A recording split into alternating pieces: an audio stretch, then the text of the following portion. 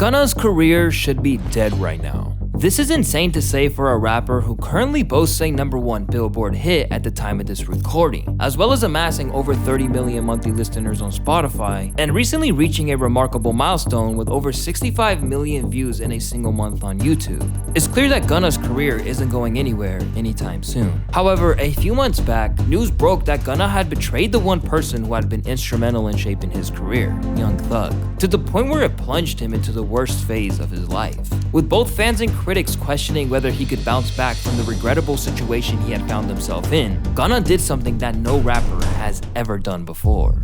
Hi, I'm Louaista. I make weekly video documentaries of things I'm into, so subscribe if you enjoy. And today, I'm here to answer one simple question. Why is Gunna's career not dead when it very well should be? To understand that, we have to go back to the beginning and really analyze just how much Young Thug played a huge role in his success as a rapper. That's my brother, he signed to me, but it's not even about a signature. This is my real brother. These words by Young Thug, who is widely known as Gunna's mentor and boss, would echo a false sense of reality. And you'll see why later in this video. But for now, let's get to know Gunna a bit. Gunna's real name is Sergio Kitchens, and he was born in College Park, Georgia. He was the youngest of 5 kids and raised by a single mom who worked at a school cafeteria. Growing up, life was really tough for Sergio. As he told Billboard in 2018, they weren't extremely poor, but they weren't really rich either. However, his family taught him how to save and manage his money wisely. And at the age of 13, he began investing in his rap career, where he started recording music in a friend's garage and coined the name Young Gun, which he would later shorten to Gunna. His first mixtape, Hard Body, was released way back in 2013. But contrary to the polished and smooth sound that he possesses today, his music back then was laughable to say the least. Hard body, hard body, hard body, hard body. I know your nigga hard like me. Receiving feedback like, "This is fire" on mute, and "They should have locked him up for this," Gunna realized he had a lot of work to do if he planned to climb the ladder of success in the music industry. But what would happen only 3 years later would massively help Gunna skyrocket in his career. I feel like Thug helped me because me being artist more and just learning the game more because he had already been here. Me and Baby just kind of just created the history together. It was genuine. We're bigger together for us putting out songs, but for us me growing and somebody helping me that came from Thug. Fans of these artists recognize that without Young Thug, Gunna might have remained unknown to the world. Given the events discussed later in this video, it's remarkable to realize just how pivotal Young Thug was in catapulting Gunna to global stardom. 2 years after Gunna's first music tape, Hard Body, the two rappers would cross paths for the first time. A mutual friend who was popularly known as King Troop ended up being the one who brought them together. I met Thug through a mutual friend who knew him. He was uncle of mine, named Troop, rest in peace. Him and Thug was real cool, and he introduced us a month before he died. And then when he died, it just brought us closer together. For those who don't know, Keith King Troop is a deceased rap artist who was a close friend of both Young Thug and Gunna before he tragically passed away in December of 2015 after being shot 14 times. Only 1 month before King Troop passed away, he introduced Gunna to Young Thug, and after his passing, the two formed a closer bond with each other as they mourned his death. 2015 was also the year that Young Thug was riding the wave of success that he had with Rich Gang, and was absolutely blowing up with his Slime Season mixtapes and singles. So he decided to use the knowledge on the industry to begin guiding Gunna, and really help him make his dreams become a reality. While this may seem like Thugger was just looking for an up-and-coming artist to sign and make more money off of, this actually wasn't the case. And he even claims that he never made a single dollar off of Gunna's career despite having a huge helping hand. Gunna been around me 6-7 years. He in some of my old videos, y'all won't even know it's him. I never received $1 from him, not $1. That's While spending time around Thug and learning from him, Gunna was planning his future steps in music. He decided to quit the street life that he was living in and focus completely on locking in the studio. Through this mindset and implementing an incredible work ethic, Thugger further helped Gunna gain popularity by featuring him on several of his tracks. One of them was the 2016 hit Floyd Mayweather alongside Travis Scott and Gucci Mane, who are some of the most recognizable rappers in the game. It was here where he started receiving comments like, "Best part is when Thug and Gunna go back and forth," and "To think that Gunna was going to be this big, I for real slept on him." Young Thug was also featured on various tracks from Gunna's famous Drip Season mixtapes, all of which were standard standout tracks due to Thugga's contributions. Thug later introduced Gunna as the signee to his new label, Young Stoner Life Records, widely known as YSL in 2017. Back in those days, YSL was still growing, and it wasn't anywhere near as big and well known as it is today. And unlike many other labels owned by rappers, Thugga made sure to support Gunna while giving him honest feedback on his projects and suggested improvements. He the type like you play out your whole project first and then go over the reviews. He not gonna just off the top. He gonna more than try to enhance, be helpful. The ideas be right. Like I said, I'm a listener. A song I put out, he told me not to put it out. He like, bro, the song is big. Just wait. I don't know. He tripping. After when I put a song out and didn't do what I wanted to do, I felt like, well, I should have waited. This type of mentorship helped Gunna blow up in 2016 through 2017. And after Gunna collaborated with another fellow YSL affiliate, Lil Baby, on the mixtape Drip Harder that dropped on October of 2018, both Baby and Gunna were really put on the map, as they were able to land a whopping 9 tracks on the Billboard Hot 100. I mean, seriously, you couldn't go anywhere without hearing the chorus from Drip Too Hard. Drip too hard, don't stand too close, you gon' fuck around and drown off this way. With their melodic, vibe-oriented style captivating listeners, Gunna and Baby became synonymous with one another, and the duo was becoming more and more recognizable each day. Gunna would go on to experience a ton of success with his debut album, Drip or Drown 2, which reached 3rd on the charts. His second album, Wanna, that dropped in 2020, did even better, debuting at number 1. With the collaborative project Slime Language 2 further solidifying YSL's name in the industry, and Gunna's third album, DS4, going on to outsell The Weeknd's Dawn FM for 2 weeks straight, it really seemed that Gunna was at the top of the world in 2022, and that nothing could stop him. He even surpassed his mentor, with Thugger's previous record Punk only moving 90,000 copies, while DS4 by Gunna pushed 150,000. There was really no doubt about it. Gunna had taken the ball that Jeffrey had given him and ran with it. However, as cliche as it sounds, what comes up must come down. And it seemed that Gunna was enjoying the success he had been given a little too much. And the universe decided that it was time for Gunna to face some hardships. Gunna's music career, unlike many others in hip-hop, has been relatively free of bumps, except for some minor controversies. He would get heavily memed for his body weight around the years 2020 through 2022, forcing him to lose a ton of weight to silence the critics. But on December 29th, 2019, an old video of Gunna began resurfacing the internet, and it was a really bad look for him, to say the least. In the video, it allegedly showed him in a Crime Stoppers segment, which seemingly portrayed Gunna as a snitch. This is seen as a cardinal sin in the world of hip-hop. We'll get more into specifics as to why later, but the video showed that Gunna was willingly giving information to the feds about the death of one of his cousins. Devontae Benton's younger cousin, Sergio Kitchens, says Benton is on trial for murder simply because his friends turned on him. Just go to see like you ain't got no real friends out here. This was released at a time before Gunna became anywhere near the famous rapper that he is today, leading him to receive comments such as, "Gunna, say it ain't so. You ain't no spider, you a rat." To which he responded to saying, "And you better do the history on this case a dude smoked." Now, I'm really not sure what he meant by that, but it was clear that the situation was clearly getting to him, and he would constantly have to address the situation on various interviews. Talk to me about this Crime Stopper video that everybody's circulating. They trying to use that against you. What was that about? I don't know what the fuck that's about. Crime Stopper well. I ain't never stopped a crime. So that's not even you on that video? Yes, that's me, but that wasn't on no Crime Stopper. I wasn't in no case or nothing. So it's saying like, oh, you snitched on who? I was never in no case. But you know, that go back to the internet. I don't really be feeding into a motherfucker don't know. I'm really from the street. Where I'm from, like, if you snitch, this shit is in paperwork. This shit is a document. Sadly, the fans were not buying it. His body language can tell that he's bothered by the Crime Stopper's question. Gunna's Crime Stopper answer had me weak as fuck. Aside from throwing a bar at Freddie Gibbs after he was mocked for it, Gunna refused to be derailed by any of that drama and would instead simply choose to ignore it and keep making more music for his fans to enjoy. However, the snitching allegations wouldn't end here. And only a couple years later, Gunna would show his true colors.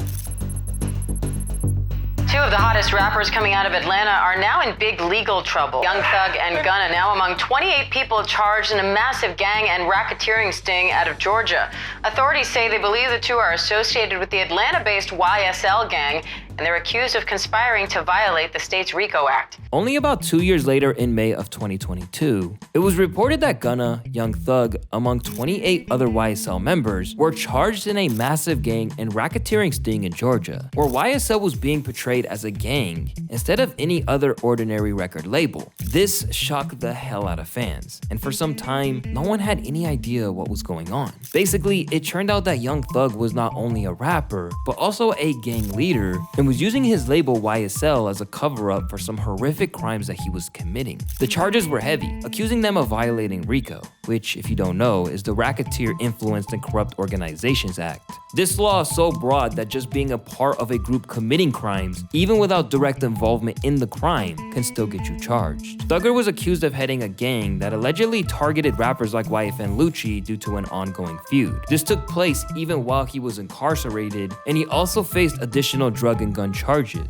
Meanwhile, Gunna was charged with a single count of racketeering. Despite this, he was at risk, spending decades behind bars, all because of his simple involvement with YSL, the same label that helped him become the superstar that he is today. Their lawyers denied the charges, stating their music and lyrics were wrongly portrayed as part of a criminal conspiracy. Unfortunately, their bond was denied, and both of them would remain behind bars until further notice. This had fans and critics question which YSL members would fold, specifically aiming at Gunna, being that he did the least amount of harm than anyone else on the label, especially when legal experts suggested that taking a plea deal might be their best option considering the weight of the evidence. It should have came as no surprise that only 6 months later, on December 15th, 2022, Gunna entered a negotiation plea known as the Alford plea deal. Now, this is where things get a little tricky, because an Alford plea doesn't necessarily mean Gunna snitched. An Alford plea allows a defendant to maintain their innocence, but acknowledge that pleading guilty is in their best interest. So Gunna was sentenced to 5 years with 1 year served in prison, and 1 year sentence that was commuted to time served, along with a 4-year remaining balance on his sentence that had been suspended and changed to 500 hours of community service. After the sentence came down, the rapper released a statement saying, "While I have agreed to always be truthful, I want to make it perfectly clear that I have not made any statements, have not been interviewed, have not cooperated, have not agreed to testify or be a witness for or against any party in the case, and have absolutely no intention of being involved in the trial process in any way," which clearly indicated that he was well aware that the internet was about to let him have it upon his release. After his release, Gunna expressed his joy on Instagram, where he also wanted to make it clear that by taking an Alford plea, it didn't mean that he was technically switching sides. But when the footage of the hearing that led to his release surfaced online, the public opinion turned against him.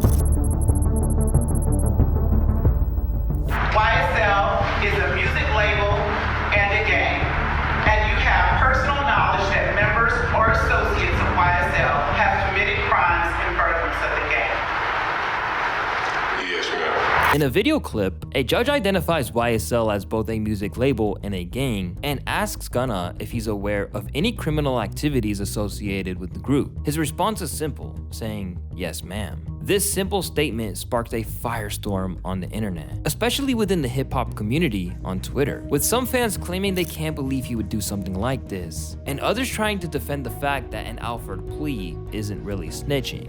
To understand why this is such a big deal, you need to know a little about rap culture. Many rappers come from tough backgrounds where street loyalty is highly valued. Snitching is seen as the ultimate betrayal in this world, much like it is in gangs. A case in point is the rapper Tekashi 6ix9ine. He used his reputation of a notorious gang, the 9 Trey Bloods, to boost his fame. But when he gave the authorities information about the gang to avoid a jail sentence that was said to be around 47 years long, he was shunned by the hip-hop community, with his latest album failing to chart. But it's not just Tekashi 6ix9ine. Rappers like T.I., Fat Joe, and G Herbo, along with others such as Bottom Got 'em, Finesse 2 Times, and 03 Greedo, have all had their reputations tarnished by accusations of snitching. So when Gunna's video hit the internet, many were quick to judge him. They weren't only disappointed that he had supposedly snitched, but also the fact that he had betrayed Young Thug, a person whom he owes a lot to. On top of this, fans made a whole compilation video of all the times Gunna swore he would never snitch on all of his songs, further fueling the controversy. Never gonna be the one turn on my brother when police just gotta detain. Cap. Cops, we can't be stopped, just admit it. Paint the town, baseline committed. Cap. Gunna was publicly criticized by Mondo, the founder of YSL, and notable rappers like Meek Mill and Lil Baby unfollowed him on social media, showing that they are no longer looking to cooperate with him. Fellow rapper Lil Durk, who had recently just put out a hit single with Gunna titled What Happened to Virgil, also alluded to the situation in an unreleased track, and in an interview with DJ Academics, he expressed his disappointment with Gunna. If you a rat, you a rat. And if you rewind this clip a little bit, I looked into the camera and I told you, if you a rat, I fucking hate you. Cause I love Thug. Famous rapper Tony Yayo also spoke out, stating that turning into a rat can end a career, highlighting the severity of the situation for Gunna. If you turn into a rat, career's over. Me, I would have sat a little longer than coming out to what the internet do to you. That's just my opinion. In response to the backlash, Gunna released a statement asserting that he hasn't testified against anyone or cooperated with any parties involved in the case. He mentioned that his testimony was different from that of Tekashi 6ix9ine, as he only acknowledged the existence of a gang framework and didn't specifically implicate anyone. At this point, many people were waiting to hear what Thug had to say before they made a ruling on what Gunna had done. And for those who waited to hear from YSL's leader, the verdict came in a leaked conversation between Thug and Durk, where Thug threatened to drop his album the same week as Gunna in hopes to diminish his sales. Hey Durk, I'm dropping this surprise album on the same day Buddy dropped his album. That shit coming up soon. I need a verse from you. If you feel like you want to reply to it, that nigga saying don't do it, drop it on my album. I'm dropping a surprise album on the same day that fuck nigga dropped. Send your verse in, bro. I want you and Wham on the same song. Gunna, however, did not let the lack of support from his label head discourage him. And what he did next could possibly mark a significant moment in the evolving culture of hip-hop in this modern era. Considering that we now have tangible evidence that Thug was mobilizing the troops against Gunna, it came as no surprise that when Gunna did gear up to drop his fourth album, A Gift and a Curse, there was a notable difference in the track list. While his album DS4 had 9 features across 20 tracks, Gunna was now marooned on his own island without a single guest. In terms of production, his longtime collaborator Turbo was still by his side, but gone were the contributions from the likes of Metro Boomin, Southside, Mike Will Made It, and many others. At this point, it's hard to tell whether he actively received rejections from anyone out of loyalty to Thug or disdain for what he had done, or if he just saved himself the potential embarrassment. Rather than pretending that nothing happened, Gunna spoke of his heartache about Thug's predicament on the song I Was Just Thinking, spitting, "Only I done cried cause this feeling for my bro, knowing you hearing the lies that your little brother might have fold. Yeah, I popped out, but don't let him say I told." Unless he had a serious change of heart since the album came out, Thugger likely